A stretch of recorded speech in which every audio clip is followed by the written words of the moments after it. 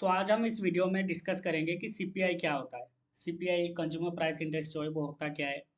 Then उसे calculate कैसे करते हैं, उसे यूज किस लिए किया जाता है। देन कंज्यूमर प्राइस इंडेक्स को यूज करके हम इन्फ्लेशन कैसे कैलकुलेट कर सकते हैं, वो हम सब कुछ इस वीडियो में देखेंगे। तो शुरू करते हैं। देखो सीपीआई, जिसका फुल फॉर्म है आपको पता है, consumer price index is a weighted sum, ये याद रखना, weighted sum of price of goods and service, ये एक इंपॉर्टेंट वर्ड है, goods and service, that statistical agency of a government, ये भी याद रखना, मैं बाद में बताऊंगा। Okay, government determines throughout the survey of a typical domestic consumer purchase each year. Okay, so हुआ क्या ना, जो एक टिपिकल कंज्यूमर मतलब क्या, टिपिकल कंज्यूमर मतलब मैं और आप, इट्स नॉट लाइक अंबानी और अदानी। टिपिकल कंज्यूमर्स मतलब a mid income group family और mid income group people. Okay, mid income group people आप कह सकते हैं, mid income group people, income group people. Okay, एक mid income group people throughout a year, throughout a year, throughout a year, जो भी कुछ purchase करता है उसका प्राइस का वेटेड सम हम निकालते हैं, वेटेड सम निकालते हैं। ओके, देन हम चेक करते हैं कि जो प्राइस जो है वो बढ़ा है या फिर घटा है, क्या हुआ है। ओके, अच्छा, वो जो बास्केट ऑफ गुड या फिर क्या क्या कंज्यूम करते हैं वो डिसाइड किसके द्वारा किया जाता है, देखो एक स्टैटिस्टिकल एजेंसी के द्वारा डिसाइड किया जाता है।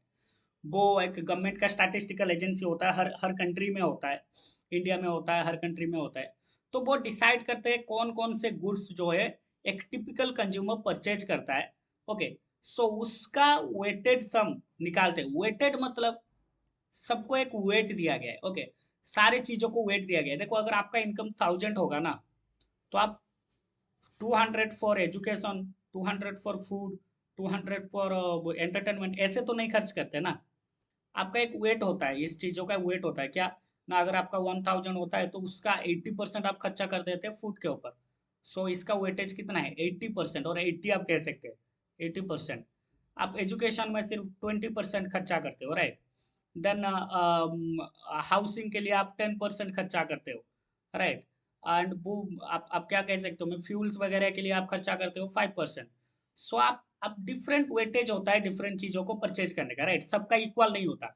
इसलिए अगर सबका इक्वल, सबका वेटेज इक्वल लेके अगर हम सीपीआई कैलकुलेट करेंगे ना, तो उससे हम इम्पैक्ट नहीं पता कर सकते। इम्पैक्ट पता नहीं कर सकते मतलब किसका प्राइस ज्यादा बनने से यहाँ पे इफेक्ट आपके ऊपर ज्यादा आएगा। बताओ, अगर फूड का प्राइस बढ़ गया ना, तो उसका इम्पैक्ट आपका ऊपर ज्यादा आएगा, क्योंकि आपका 80% जो है खर्चा हो रहा था फूड के ऊपर। अगर 5 रुपया भी बढ़ जाए ना फूड का प्राइस, तो आपका इनकम में से बहुत सारा इनकम जो है वो खर्चा हो जाएगा फूड खरीदने में। तो इसलिए वेट दिया जाता है। अच्छा, अगर फ्यूल का प्राइस ज्यादा भी बढ़ जाए तो आपके ऊपर इम्पैक्ट नहीं पड़ेगा, क्योंकि आप एक कम अमाउंट खर्चा करते थे फ्यूल के ऊपर। सो इसलिए हम वेटेड सम निकालते हैं, वेट देते हैं सारे, सारा जो है चीज़ों का, मतलब सब चीज़ों के लिए हम एक वेट रखते हैं कि फूड के लिए इतना वेट है। देन सर्विसेज लाइक एजुकेशन के लिए इतना वेट है, क्लोथेस के लिए इतना वेट है। हम डिफरेंट वेटेज रखते हैं। यहाँ पे मैंने आपको ऑलरेडी टेबल में दे दिया है कि कौन कौन से चीज़ें हैं जो बास्केट ऑफ कमोडिटी में आता है। देखो फूड में ये सारा सब कुछ आता है, फूड्स। देन आप देख सकते हो पान तंबाकू टॉक्सिक कमोडिटी में ये सब कुछ आ गया, राइट। ये सब कुछ आ गया, पान तंबाकू टॉक्सिक कमोडिटी में ये सब कुछ आ गया। क्लॉथेस एंड फुटवेयर में ये सब कुछ आ गया। देखो क्लॉथेस एंड फुटवेयर में ये सब कुछ आ गया। देन हाउसिंग में ये सब कुछ आ गया, हाउसिंग। देन आप देख सकते हो फ्यूल में ये सब कुछ आ गया, फ्यूल। देन आपका जो है अदर सर्विसेज में आ गया ये सब कुछ।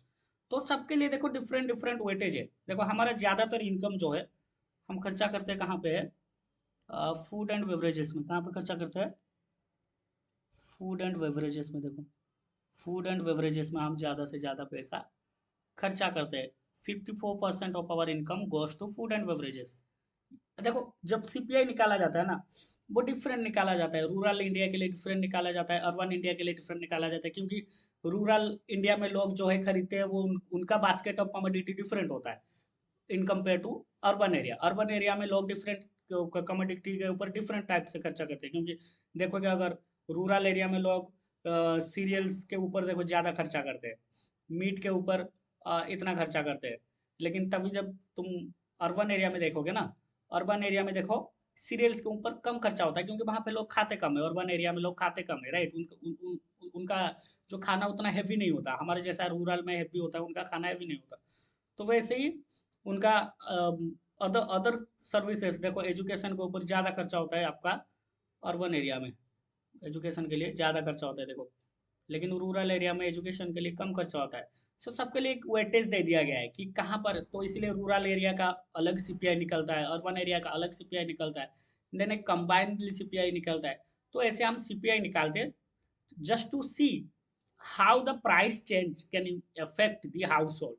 जो प्राइस चेंज हो रहा है या फिर प्राइस चेंज कितना हो रहा है एक कंट्री में, वो हम देख सकते हैं। एंड वो भी हम देख सकते हैं कि प्राइस चेंज कैसा इफेक्ट करता है एक हाउस होल्ड को। अच्छा, सीपीआई निकालते कैसे? सीपीआई निकालने का फॉर्मूला है आपका, ये लास्पेयर इंडेक्स यूज करता है। अगर आपने स्टैटिस्टिक पढ़ा होगा तो लास्पेयर इंडेक्स एक है जिसका फॉर्मूला है P1 Q0, P0 Q0। इसका मतलब क्या है? P1 मतलब price at current year, current year, okay, current year. Then sorry, it is Q0 also, huh? And then P0 is price at price at base year, base year. देखो हर हर मतलब हर एक country अपना एक बेस ईयर चूज करती है। Base year मतलब जिस year में प्राइस उतना फ्लक्चुएट ना हुआ हो, ओके, प्राइस थोड़ा कांस्टेंट रहा हो। सो अभी जो हमारा बेस ईयर है इंडिया का वो है 2012, जहाँ पे बेस ईयर का प्राइस माना जाता है 100 और बेस ईयर का सीपीआई आपका माना जाता है 100। ओके, सो बेस ईयर का प्राइस आप ले सकते हो।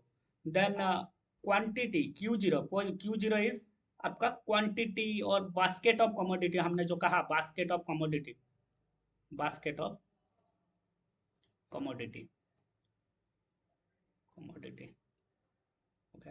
अभी कंज्यूमर प्राइस इंडेक्स निकालते कैसे हम वो देख लेंगे। ओके, कंज्यूमर प्राइस इंडेक्स निकालने के लिए मैं आपको एक स्मॉल एग्जांपल देता हूँ, एक टेबल के थ्रू, वहां से आप देख लेंगे कि कैसे कैलकुलेट होता है। Suppose Q0 is the quantity, quantity of commodities देते कंज्यूमर परचेज। उसमें आता क्या है? मैंगो आता है, मैंगो, मैंगो। देन आता है ऑरेंज, ऑरेंज। देन आता है बुक्स, ओके। ऐसे तीन हम लेते हैं, ज़्यादा नहीं लेंगे, just for a small example. Mango हम 4 खरीदते हैं, ऑरेंज हम 5 खरीदते हैं, बुक्स हम 3 खरीदते हैं हर साल, ओके। अच्छा, ये प्राइस, प्राइस एट 2000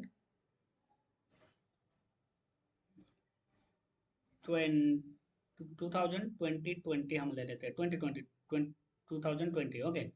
जहाँ पे मैंगो, हर एक मैंगो का प्राइस था 3 रुपया, हर एक ऑरेंज का प्राइस था 5 रुपया, हर एक बुक्स का प्राइस था 4 रुपया, ओके।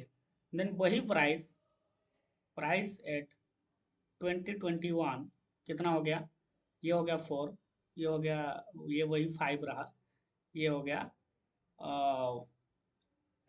5, ओके। सो सपोज फिर से हम देखेंगे price at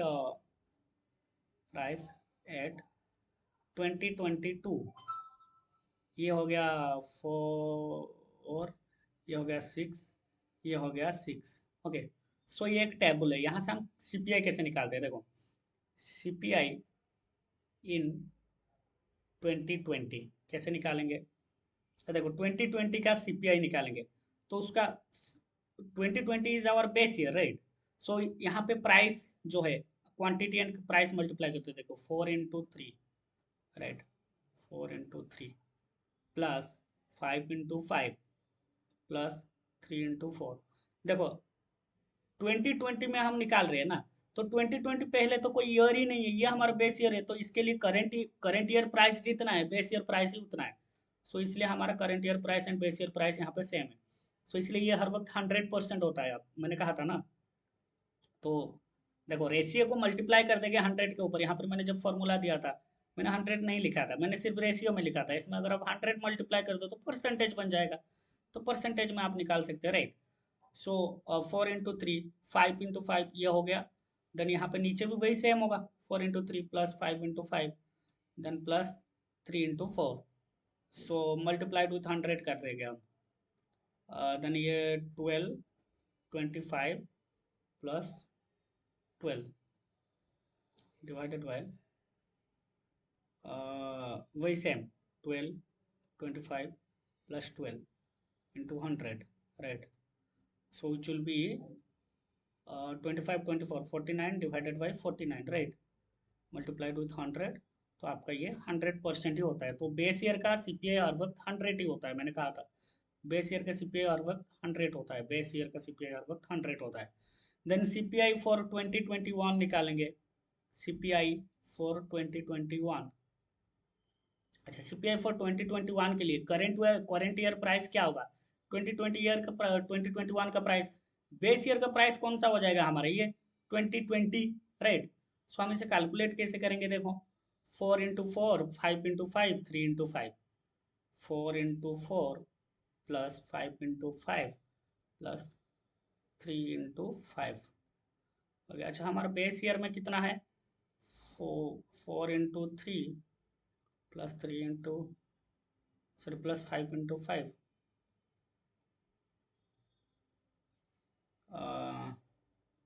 plus 3 × 5, sorry plus 3 × 4, 3 × 4 multiplied with 100। ये हमारा 2021 का प्राइसेस है, हमने मल्टीप्लाई किया, और ये 2020 का प्राइसेस है। 2020 हमारा बेस ईयर है। मैंने कहा था ना फॉर्मूला क्या है? Formula is P1 Q0 P0 Q0। Quantity हमारा सेम हर वक्त रह रहा है, राइट। तो ऊपर वाले में हम करेंट ईयर जो कि अभी हमारा है 2021, उसका प्राइस मल्टीप्लाई कर रहे हैं। देन P0 है आपका बेस ईयर विच इज 2020 का प्राइस हम मल्टीप्लाई कर रहे हैं, right.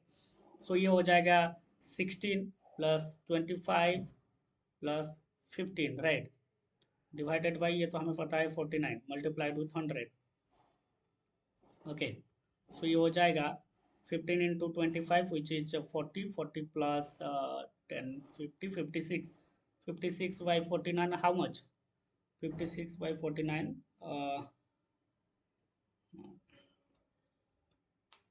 56 by 49 is 1.1428 multiplied with 100। सो आपका हो जाएगा 114.28। सो ये सीपीआई, ये आपका है सीपीआई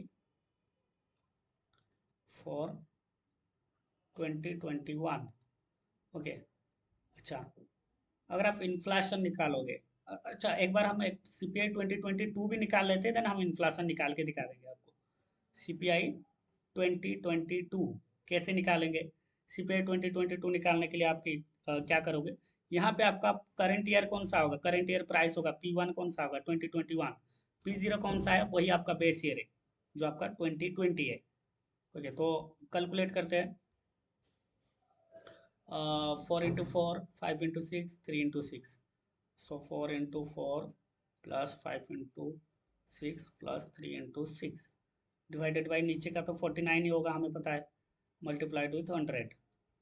तो ये हो जाएगा 16 30 18, 16 30 18 divided by 49 multiplied with 100, right. So ये 16 प्लस 30 प्लस 18 कितना हो रहा है? 64 64 64 64 64 डिवाइडेड बाई 49 मल्टीप्लाइड विथ 100। तो आपका हो गया 1.3061, right, which is multiplied with 100, so it will become 130.61। अब इन्फ्लेशन कैसे निकालेंगे बताओ? इन्फ्लेशन इन्फ्लेशन इन्फ्लेशन इन 2021 कैसे निकालेंगे? CPI 2021 minus CPI 2020। सीपीआई 2021 कितना निकला था? CPI 2021 निकला था हमारा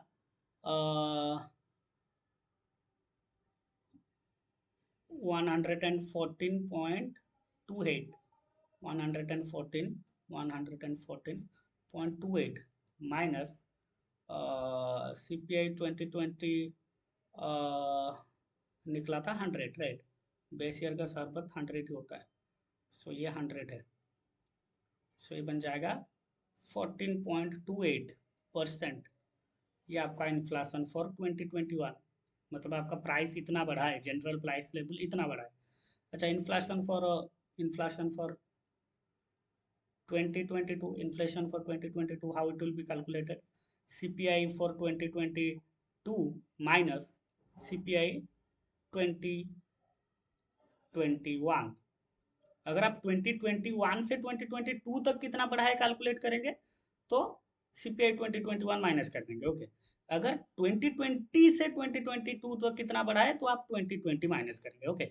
हम देखते हैं। अच्छा, 2020 से 2021 तक बढ़ा था 14%, 2021 से 2022 तक कितना बढ़ा है कैसे कैलकुलेट करेंगे ना? ये आपका 2022 का है 130.61 माइनस आपका 14.28, sorry 104.28, which will be 130.61 minus 114.28, which will be 16.33%।